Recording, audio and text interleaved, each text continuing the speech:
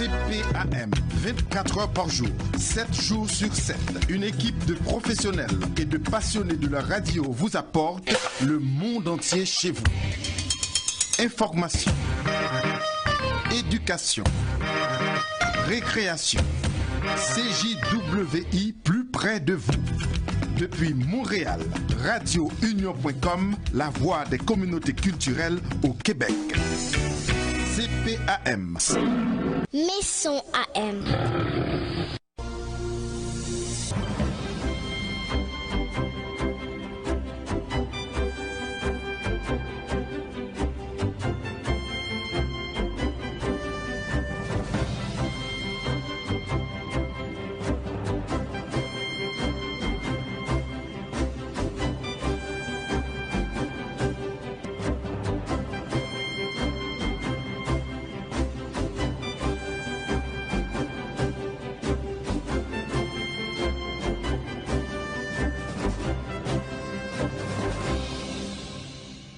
Nous avons avec nous en visuel Hans Brouillette. Il est porte-parole du regroupement québécois des résidences pour aînés. Bon après-midi, Monsieur Brouillette.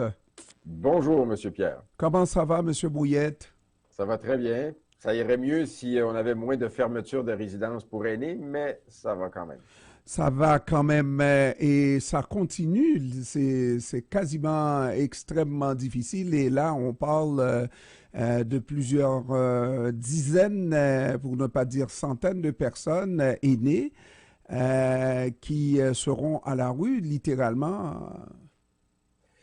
Non, en fait, non. C'est-à-dire que oui, il y a certainement une dizaine, peut-être plus. Là, je ne connais pas les détails là, de la résidence qui a annoncé sa fermeture.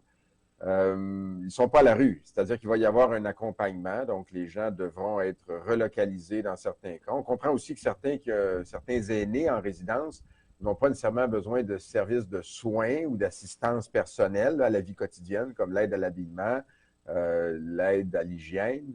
Donc, il y a des résidents qui peuvent aussi, lorsqu'une résidence ferme, demeurer sur place parce qu'on comprend que l'immeuble sera éventuellement transformé en immeuble de logement sans service. Mais pour ceux qui ont des soins, puis écoutez, on parle de 600 résidences privées pour aînés qui ont fermé leurs portes en 6 ans. C'est une centaine par année, donc 2 par semaine. C'est sûr qu'il se passe quelque chose d'extrêmement, plus que préoccupant, là, je vous dirais, c'est même l'hécatombe. Et on a besoin de ces résidences-là pour différentes raisons. D'abord, il y a une crise du logement, hein, on l'a déjà dit, au Québec, et pourtant, il y a beaucoup de places vacantes dans les résidences pour aînés. Donc, quand les aînés vendent leur maison et vont en résidence, ils libèrent une maison qui peut-être peut convenir à une famille. Mais surtout, les résidences jouent un rôle extrêmement important dans le continuum résidentiel, bien sûr, mais le continuum de soins pour les personnes âgées. Alors, sans les résidences, les personnes qui reçoivent des soins vont aller où? Dans le réseau public. Les CHSLD sont pleins, les ressources intermédiaires sont pleines, les maisons des aînés sont pas toutes opérationnelles et coûtent une fortune. Donc, il faut garder ces résidents-là en résidence, mais sans aide du gouvernement, impossible d'y arriver. Et je comprends aussi que les contacts sont établis et les demandes sont faites et la problématique est connue pour les RPA. C'est pas parce qu'on ignore que ces RPA-là opèrent souvent à perte, n'est-ce pas? C'est la nouvelle situation à cause de l'inflation et tout ça. Où se situe la solution? Bon, écoutez, d'abord, ce sont des gens de cœur hein, dans les RPA. Ils aiment les aînés, ils sont proches des aînés. Beaucoup, effectivement, fonctionnent à perte, mais ils ne peuvent pas se résigner à fermer. Ils attendent un miracle. Moi, je vous dirais, pour que les gens comprennent bien, là, les résidences privées pour aînés ont une augmentation de leurs coûts absolument faramineuse depuis quelques années à cause de la réglementation. On veut toujours se protéger davantage, mais à un moment donné, quand il y a trop de réglementation et qu'on ferme la RPA, on se demande qui on protège vraiment. Deuxièmement, une augmentation due à l'inflation en général. Et troisièmement, des enjeux de main-d'œuvre vraiment criants. Alors, quand vous additionnez tout ça, vous avez une augmentation exponentielle de vos coûts. mais il faut aller chercher les revenus pour assumer ces coûts-là et pour maintenir la résidence en activité. Là, on ne reçoit pas de subventions comme telles à l'entreprise privée, là, nous. Donc, pour aller chercher ces revenus-là, on a deux obstacles, le contrôle des loyers et la capacité de payer des aînés. Alors, si le gouvernement persiste à nous augmenter toujours la réglementation, qui entraîne des coûts, et qu'on ne peut pas transférer ces coûts-là à ceux qui bénéficient du logement, donc les aînés, alors à qui allons-nous le transférer? Et c'est la raison pour laquelle les résidences ferment. Il y a une mesure qui a été annoncée le 30 janvier dernier. La ministre responsable des aînés, Sonia Bélanger, a annoncé ce qu'on appelle l'allocation personnalisée, un programme qui fait en sorte que l'État, donc le ministère de la Santé, va venir payer, donner une allocation à la résidence pour que cette résidence-là puisse donner des soins aux résidents. Donc, ça vient alléger, si on veut, les paiements mensuels pour ces résidents qui ont une perte d'autonomie avancée. Donc, ça, je pense que c'est une mesure structurante, mais il faut plus que ça. Il faut un crédit d'impôt sur la masse salariale de soins, parce que si on n'a pas ça, on n'est pas capable de garder notre personnel, on n'est pas capable d'attirer plus de personnel, et si on n'a pas de personnel de soins, vous aurez compris que les aînés ne peuvent pas rester dans leur résidence. Donc, ça, c'est l'enjeu. Le budget est le 12 mars. On espère des bonnes nouvelles du ministre des Finances. Il faut quelque chose et c'est urgent.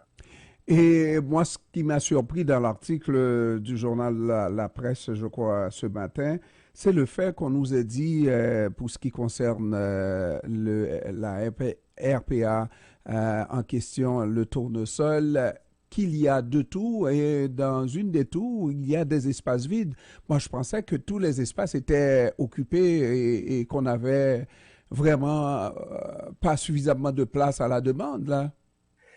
Non, en fait, alors qu'on vit une crise du logement, moi, je vous dirais que c'est plutôt le contraire dans le cas des résidences privées pour aînés. On a beaucoup d'unités vacantes présentement. Bon, c'est sûr que la pandémie n'a pas aidé.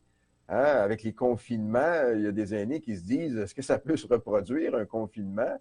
Je ne veux pas me retrouver enfermé. Bon, je pense que c'est un risque je pense qu'on ne referait pas les choses de la même façon. Je ne parle pas de nous, les RPA, mais le gouvernement avec ses confinements.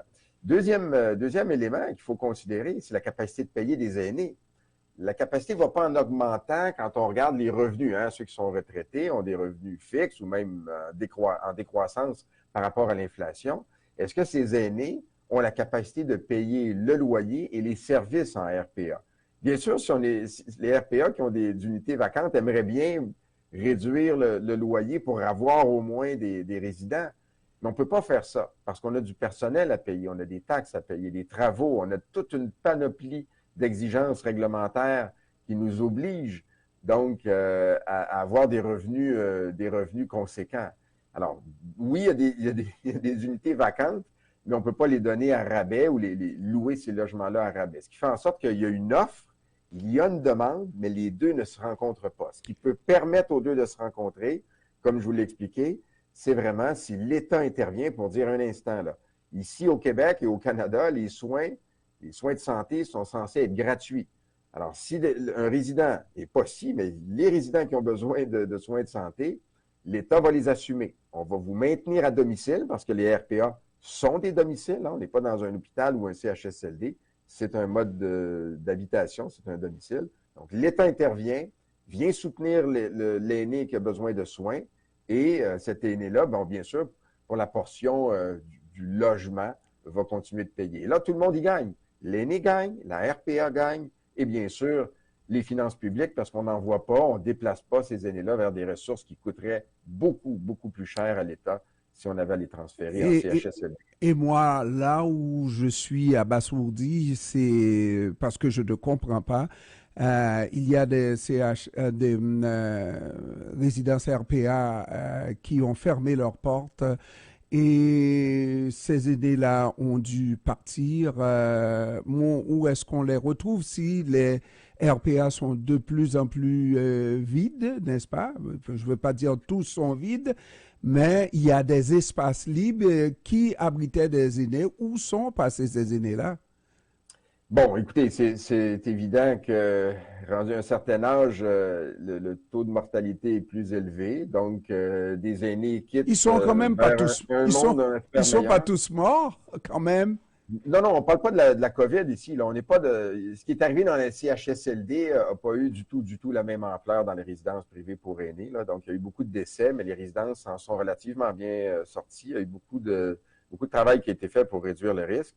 Mais les aînés quittent soit pour un autre monde qu'on espère meilleur, ou encore vont quitter pour des lieux d'hébergement avec des soins beaucoup plus avancés, donc en adéquation avec leurs conditions. On parle des CHSLD notamment.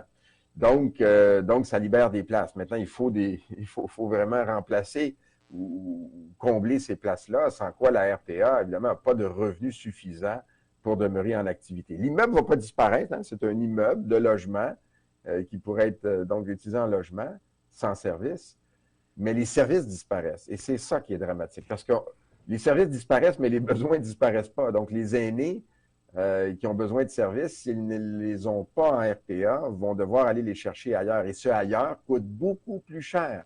Dans une RPA, écoutez, on a du personnel, nous, qui coûte environ une quarantaine de dollars l'heure, si on inclut les salaires, mais si on inclut aussi toutes les charges liées à la main-d'œuvre.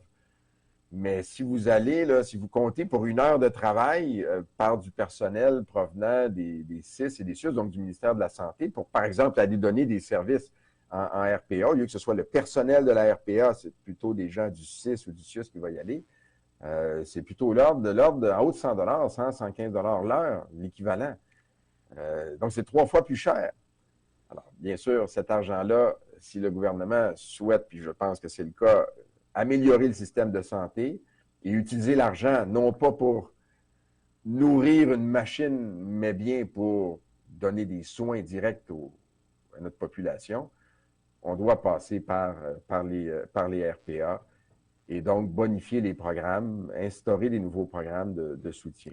Et j'imagine que le calcul a déjà été fait entre un RPA, une résidence pour personnes aînées et un CHSLD. Ça coûte combien à l'État lorsqu'on parle de la subvention? Dans une RPA, on peut très bien construire des unités pour 300 000 $ pour une unité, un appartement. Non, je parle... il y a deux volets. Okay. Oui, il y a deux volets. Il y a le volet du coût, parce que le bâtiment coûte quelque chose. Il y a les services, mais il y a le bâtiment. Les gens disent souvent, bon, ben ça coûte tant. Oui, mais le CHSLD, il a fallu le construire. La maison des aînés à 1 million de dollars l'unité peut être construit par une RPA, une entreprise privée, pour 300 000 $ l'unité. Donc, il y a des coûts d'abord là. Et ensuite, il y a des coûts pour les services, donc la main-d'œuvre.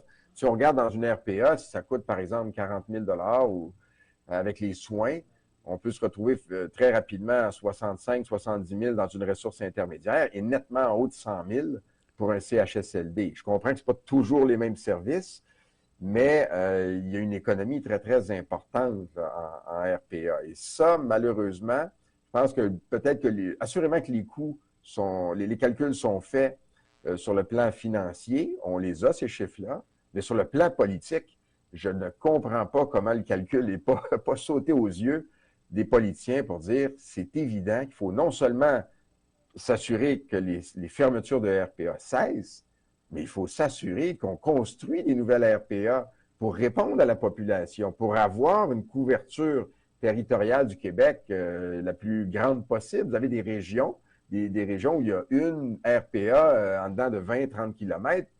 Je peux vous dire que si vous avez à amener votre père ou votre mère dans une RPA, vous ne voulez pas être aussi loin, vous voulez l'avoir proche. Mais si la RPA du village ferme, c'est tout un drame là, pour les familles. Mais il y a du travail qui se fait du côté du gouvernement, comme je vous l'ai dit avec la ministre des Aînés, mais on a l'impression que tous les paliers de gouvernement, mais aussi tous les ministères ne sont pas au même niveau d'urgence qu'on le souhaiterait. Avec la nouvelle maison des aînés qui se construisent, qui devrait être livrée dans un avenir assez rapproché, est-ce que vous avez l'impression qu'on est en train, le gouvernement, de dire bye-bye les RPA et nous allons assumer nos responsabilités vis-à-vis de nos aînés? C'est impossible. Peut-être, enfin pas peut-être, le gouvernement a déjà dit qu'il allait, avec les maisons des aînés, en quelque sorte, avoir un nouveau modèle de CHSLD, le CHSLD étant ce qu'on connaît, l'institution qu'on connaît depuis tant d'années. Mais non, on ne peut pas remplacer les RPA, d'abord pour la très bonne raison il y a 137 000 unités dans les RPA. Les maisons des aînés, là, on parle de 3 500 unités. Donc, c'est rien là, en termes de capacité d'accueil. C'est très faible. Moi, je vous dirais que c'est plutôt symbolique quand on regarde le réseau de maisons des aînés en construction ou construites. C'est plutôt symbolique dans l'offre globale, l'offre totale pour les aînés et pour les gens là, qui sont en perte d'autonomie. Donc, il faut une complémentarité, c'est indispensable. Le privé doit travailler avec le public. On est tous gagnants à le faire, et surtout les aînés en premier lieu.